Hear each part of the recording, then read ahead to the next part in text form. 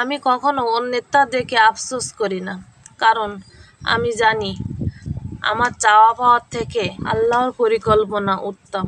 আসসালামু আলাইকুম, কি অবস্থা, সবাই কেমন আছেন? এই যে দেখুন কি সুন্দর ফুল ফুটেছে, বলুন তো এটা কি ফুল?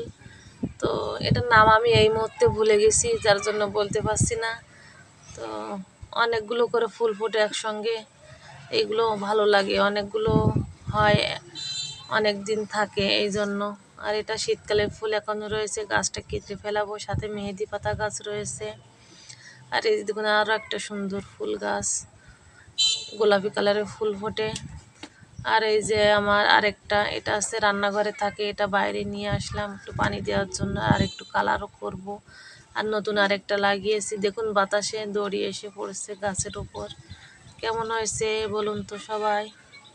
তো সবাইকে আল্লাহ হাফেজ, আজকের ভিডিও পর্যন্ত।